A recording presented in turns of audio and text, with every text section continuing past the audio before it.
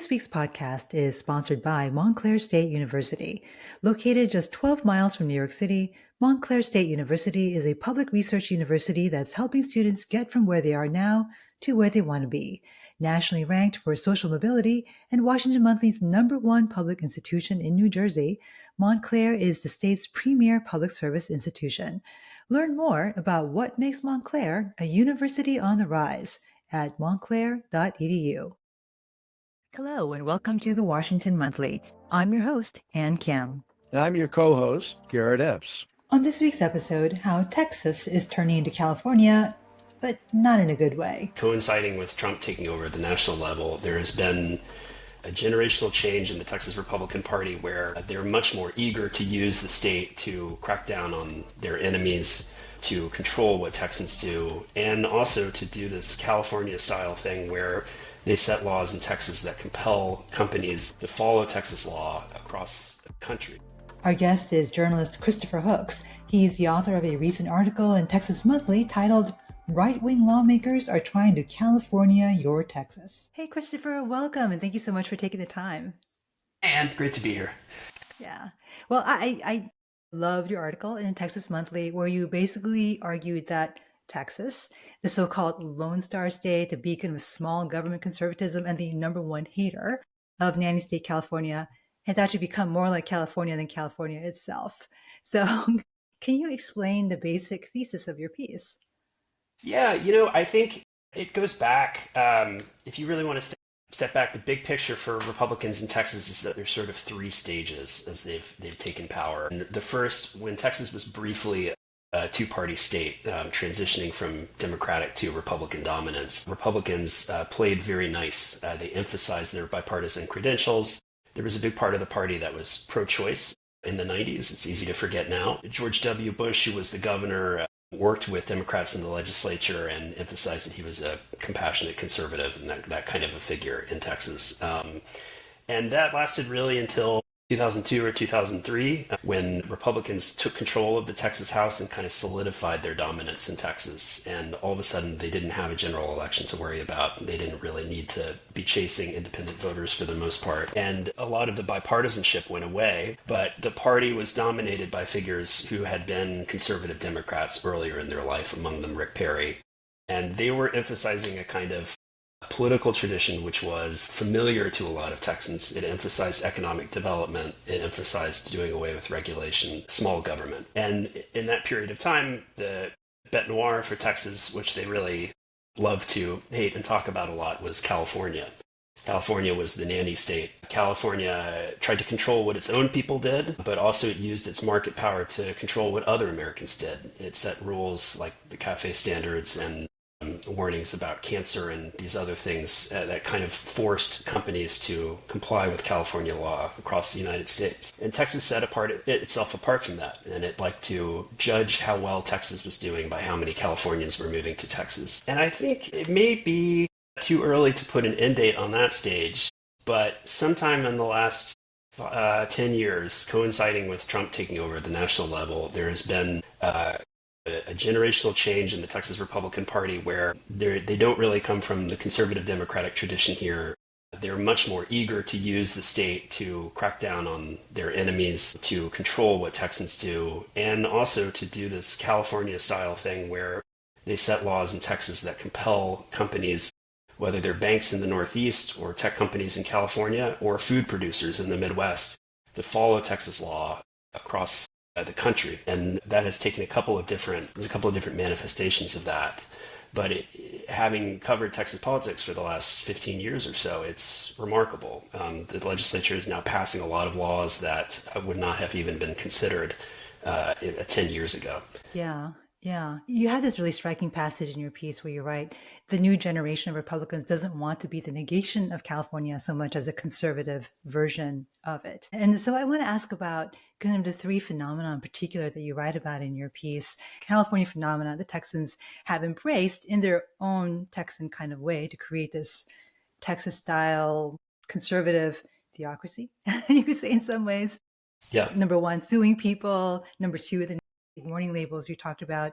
And then 3, embracing Hollywood, again, in a very Texan kind of way.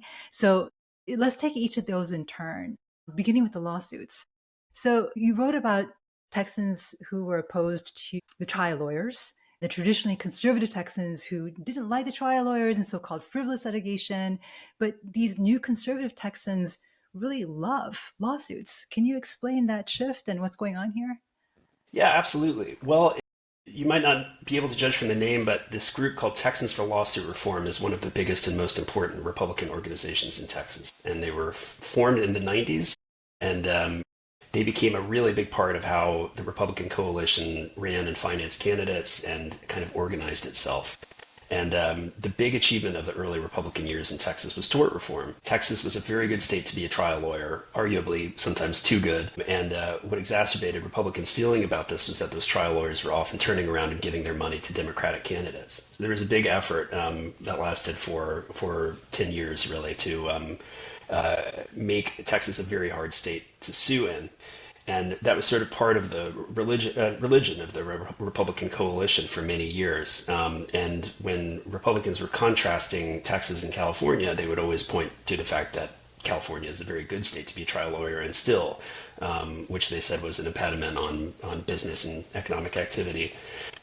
And what changed in Texas, apart from right-wingers coming up to kind of challenge and learn to dislike Texans for Lawsuit Reform, which is a separate story, is SB 8, the abortion law from a few years back in Texas. It was passed before Dobbs. They felt like they needed a kind of a novel legal mechanism to enforce an abortion prohibition. And what they came up with was this bounty hunter provision, this idea that you could sue somebody who facilitated an abortion even if you were not party to or knew personally or had any connection to what was actually going on. And at the time, this was seen as kind of a freakish legal provision, which would surely be struck down in the courts, but it wasn't. What you saw at the Texas legislature was lawmakers turning around to their pet issue and realizing, oh, I can attach a bounty hunter provision to this, or I can create a new way to sue somebody. It was used to be in Texas legislative sessions, there may be a few bills every time which create a new cause of action for a lawsuit. But this recent session, which concluded in June, there were over 1,000 bills. A substantial number of the overall bills filed in the legislature created a new way to sue somebody or for the attorney general to find somebody, try to find somebody. And they were for very strange issues. Like I think my favorite was a bill filed that if the attorney gave the attorney general the authority to pursue like a $500,000 fine for any museum that contained scene material, so like a nude or some, there have been some recent local controversies. But lawmakers really kind of took to this new idea that they could use private lawsuits as a way of social control. And you saw that play out in a bunch of different ways. There was an abortion bill which contained a provision that if it had been overruled by a state judge, the state judge could have been fined $100,000. Very strange laws. And it marks a real break from what Republicans were doing 10, 15 years ago and the way they thought about the proper role of government here. I want to turn to another means of social control, and that's over people's diet. Not just in Texas, it turns out, but nationally. You write that Texas has gone sort of, full maha, and they're kind of outdoing RFK Jr. on the food labeling issue.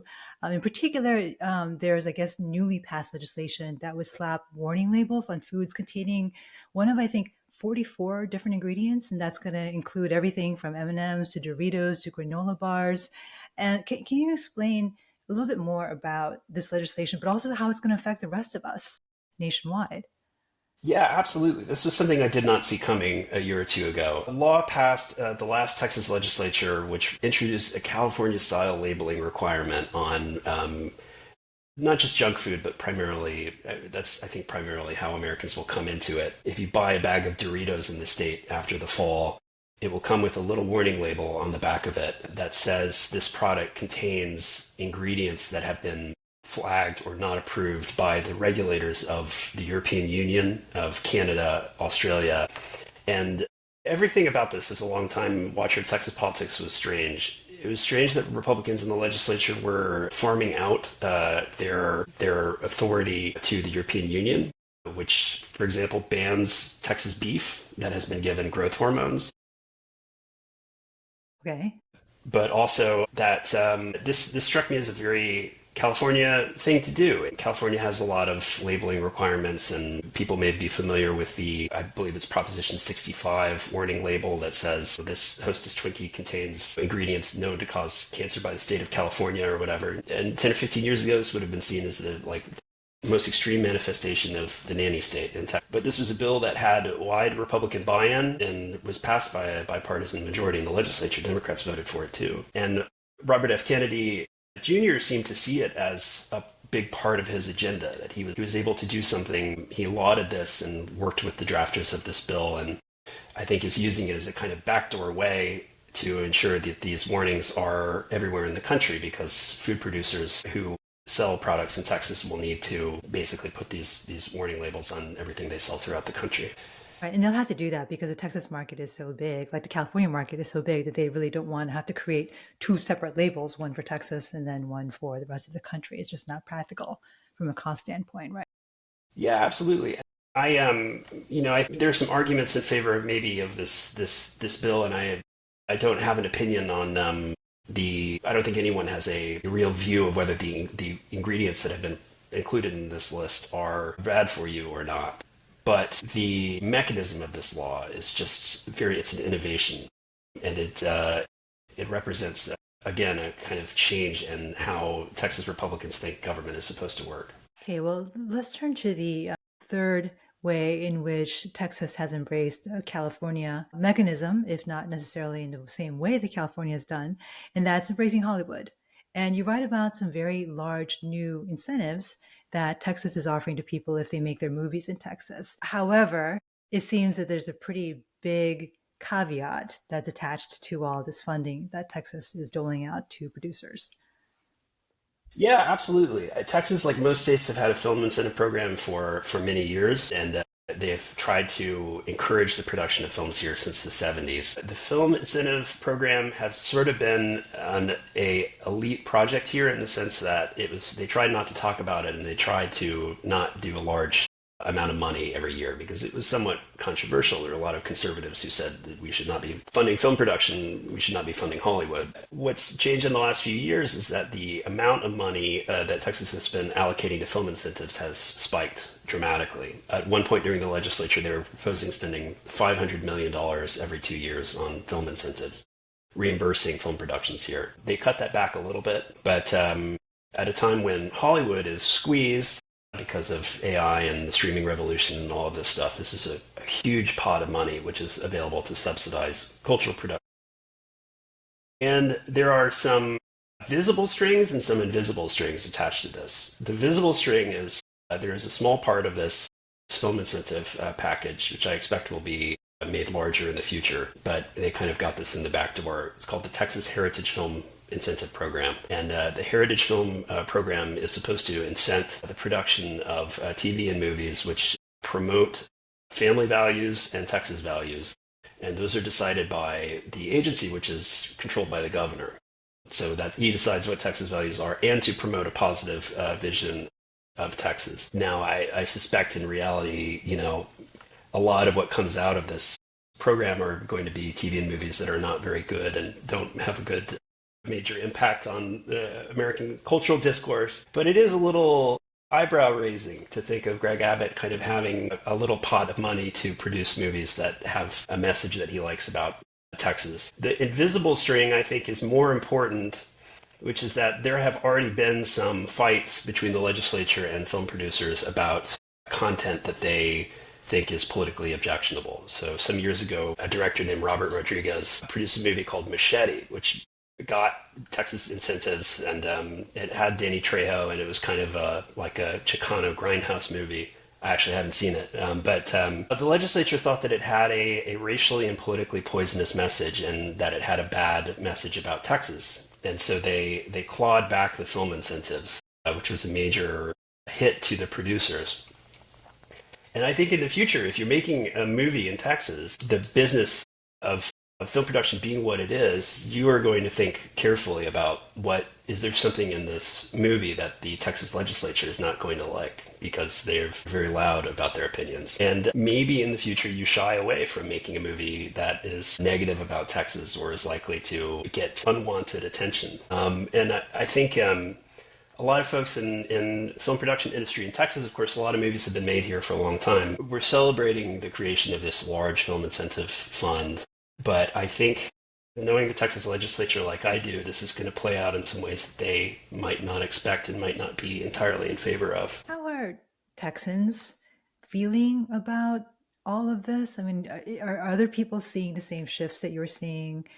And where do you see all this headed? I mean, is the legislature, are the legislature and the governor going to continue to ratchet up these kinds of social controls, or is there kind of an endpoint you see? I mean, I think, Texas for many years has been a state in which, there are 45% Democrats who vote that way regularly, and sometimes it gets closer. And they've been very mad for a long time, and they're going to stay very mad.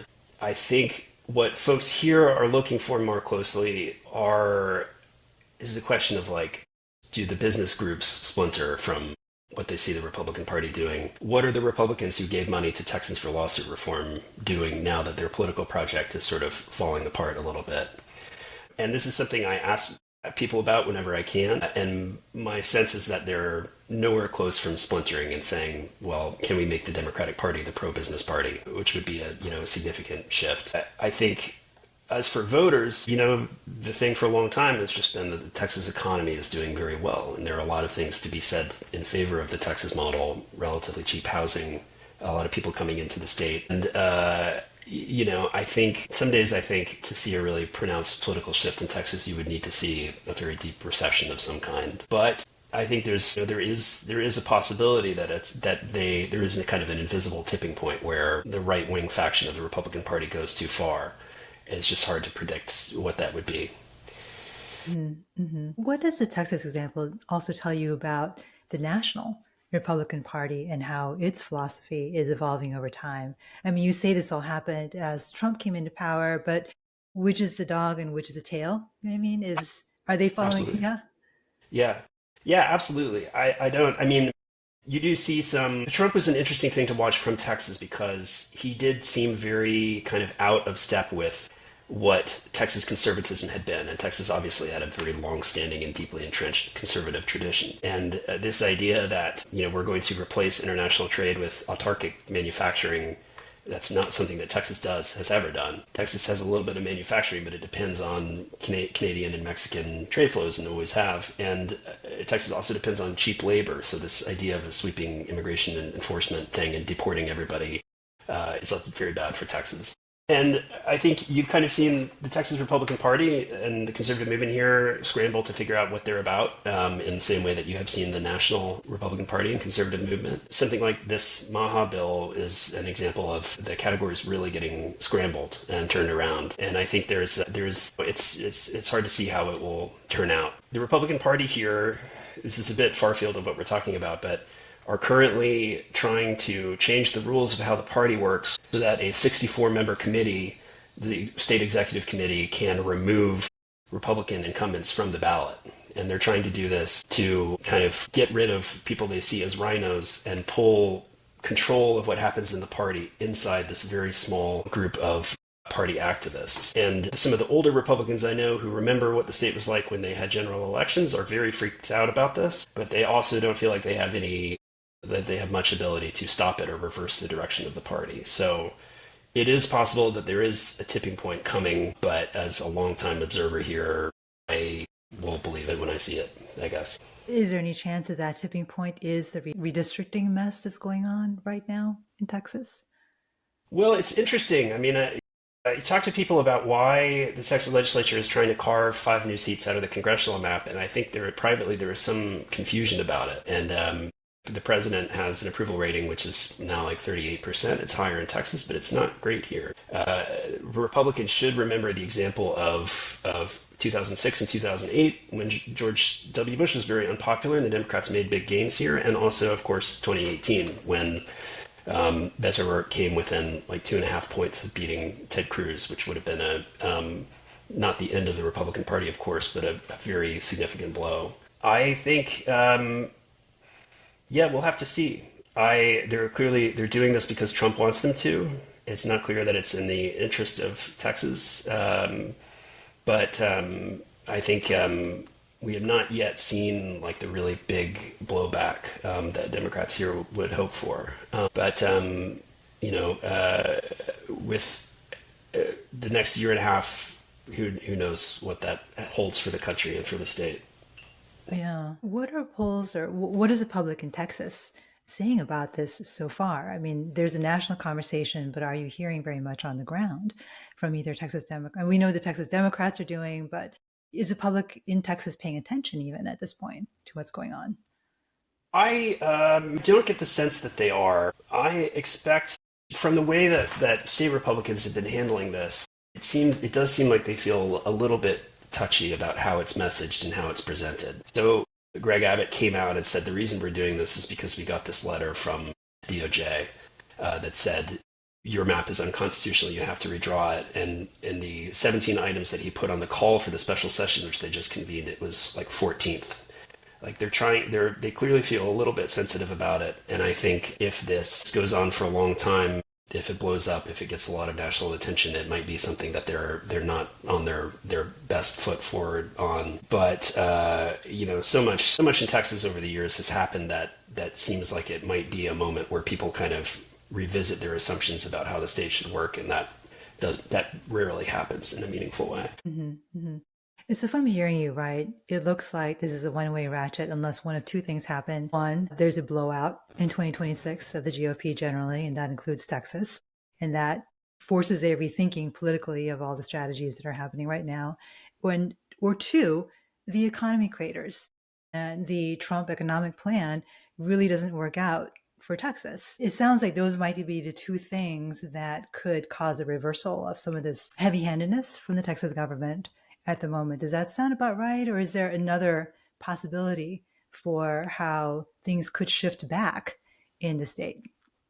No, I think that's generally right. I mean, you're looking for some kind of a national collapse of the Republican Party, or Texas is so integrated into the North American economy and the global economy that I think that the tariffs, if they ever really go into effect in a meaningful way here, and we've kind of left this period of going back and forth, has the potential to really hurt people here and hurt powerful and interested parties. I mean, Texas is a free trade, cheap labor state, and Trump is attacking the two pillars of the Texas economy in a way that is strange.